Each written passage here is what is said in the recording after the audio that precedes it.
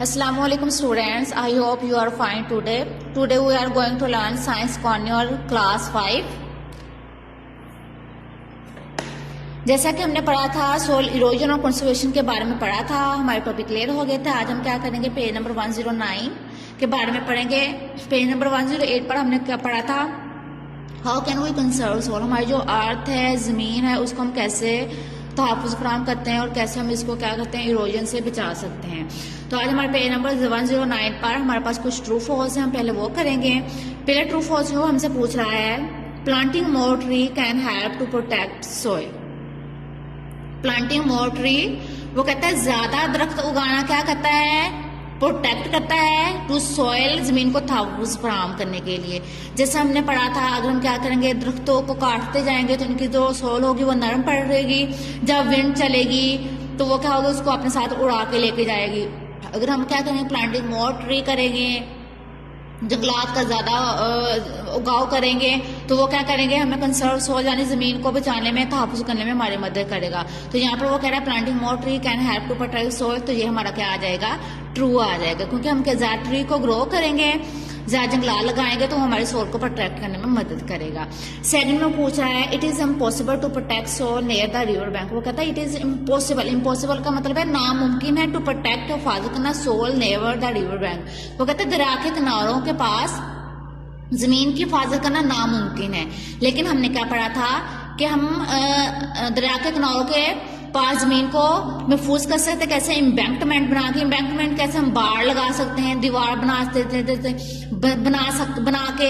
जैसे क्या होता है, हमारे पास दरिया के किनारों हम मट्टी की हम क्या कहते सकते हैं, ढेर लगाकर, दीवारें बनाकर हम क्या कहते हैं, दरियाओं के पानी को बाहर आने से रोक सकते हैं और हम अपने सोल को प्रोटेक्ट कर सकते हैं। तो ये हमारे पास क्या आ जाएगा, फॉल्स आ जाएगा, क्योंकि ये हमारे लिए पॉसिबल है। कैसे, हम एम्बैंकमेंट बना के।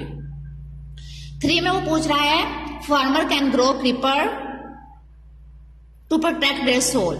वो कहता है जो फार्मर है, ग्रो क्रीपर, क्रीपर मैंने आपको कहा था बेल उगाते हैं। जैसे मैंने आपको एग्जांपल दी, हम कद्दू के बेल उगाएंगे तो वो क्या करेंगे, जैसे जैसे बढ़ती जाएगी वो हमारी जमीन के ऊपर फैलती जाएगी, उसको कवर करती जाएगी। टू प्रोटेक्ट दायर फील्ड्स, तो हमारे जो फील्ड्स होंगे, खेत होंगे, उनको प्रोटेक्ट करने में मदद देंगी। अब वो जमीन के ऊपर फैलती जाएंगी तो वो क्या होगी, जब हमारे पास विंड चलेगी तो बारिश होगी तो वो क्या करेंगे, तो जो हमारी सोल होगी उसकी टॉप सोल का अपने साथ बहाकर नहीं लेके जाएंगे, तो उसको प्रोटेक्ट करेंगे। तो ये हमारे पास क्या आ जाएगा, ट्रू आ जाएगा। नेक्स्ट हमें क्या दी गई है, एक पिक्चर दी हुई है। हमने इस पिक्चर को क्या करा, वो कहता है studying the following diagram carefully and answer the following question. वो कहता है उसने हमें क्या दी हुई है, एक पिक्चर दी हुई है, हमने इस पिक्चर को फॉलो करते हुए क्वेश्चन के आंसर देने हैं। वो कहता है फर्स्ट क्वेश्चन, वो कहता है type of erosion that is taking place is. वो कहता है ये कौन सी टाइप ऑफ इरोजन है जो यहाँ पर प्लेस कर रही है इस पिक्चर में।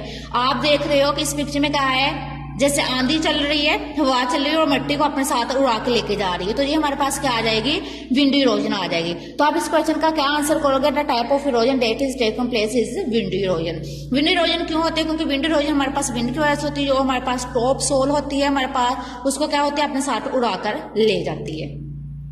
सेकंड क्वेश्चन पूछ रहा है, where would you see this type of erosion. वो कहता है वेयर वुड यू सी, आपने कहां पर देखी दिस टाइप ऑफ इरोजन। वो कहता है आपने ये जो इरोजन है यानी जो जमीनी कटाव है, इसकी ये किस्म कहां पर देखी है। तो आप इस क्वेश्चन का आंसर क्या करोगे, वेयर वुड यू को आप काट दोगे बेटे, आप यू की जगह पर वही लिखोगे, we see this type of erosion. Last पे जो क्वेश्चन मार्क है उसको काटोगे और लिखोगे इन डेजर्ट, डेजर्ट में सहरा and windy areas.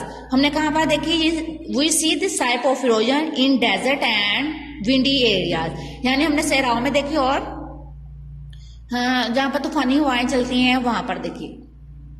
Question number 3 है, what can be done to prevent this type of erosion. What can be done, क्या हम सही कर सकेंगे to prevent this type of erosion. हमारे पास ये जो है, हमारे पास विंडी इरोजन है, इससे हमने अपने सोल को बचाना है, तो इसको महफूज करना है, तो इसके लिए हम क्या करेंगे। तो आप इस क्वेश्चन का आंसर क्या करोगे, what can be done, to को आप काट दोगे, फिर प्रिवेंट से पहला वही लिखोगे, we prevent this type of erosion. Last पे जो क्वेश्चन मार्क उसको भी काट दोगे, by growing more plants and forest. हम क्या करेंगे, मोर प्लांट्स और फॉरेस्ट को उगाकर।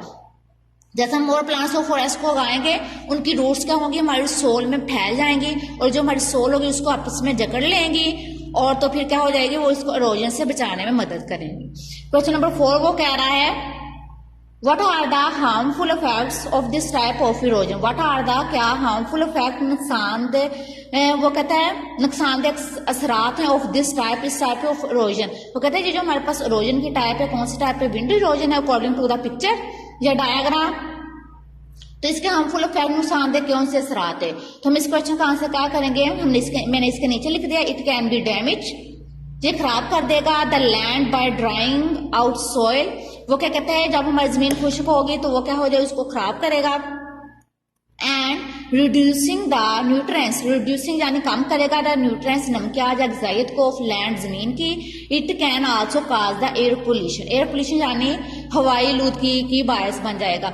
अब क्या करेंगे हमारे जब जमीन खुश्क होगी तो हमारे पास विंड चलेगी तो क्या होगा जो हमारे टॉप सोल होगी उसको अपने साथ बहा कर लेके जाएगा जिसकी वजह से हमारी जमीन होगी उसमें क्या कर देगा उसमें न्यूट्रिएंट्स की कमी कर देगी और फिर क्या हो जाएगी जब हवा चलेगी तो बहुत ज्यादा मट्टी उड़ेगी तो जो हमारी हवा में मिल जाएगी तो ये क्या बन जाएगा हवाई आलूदगी की बायस बनेगी।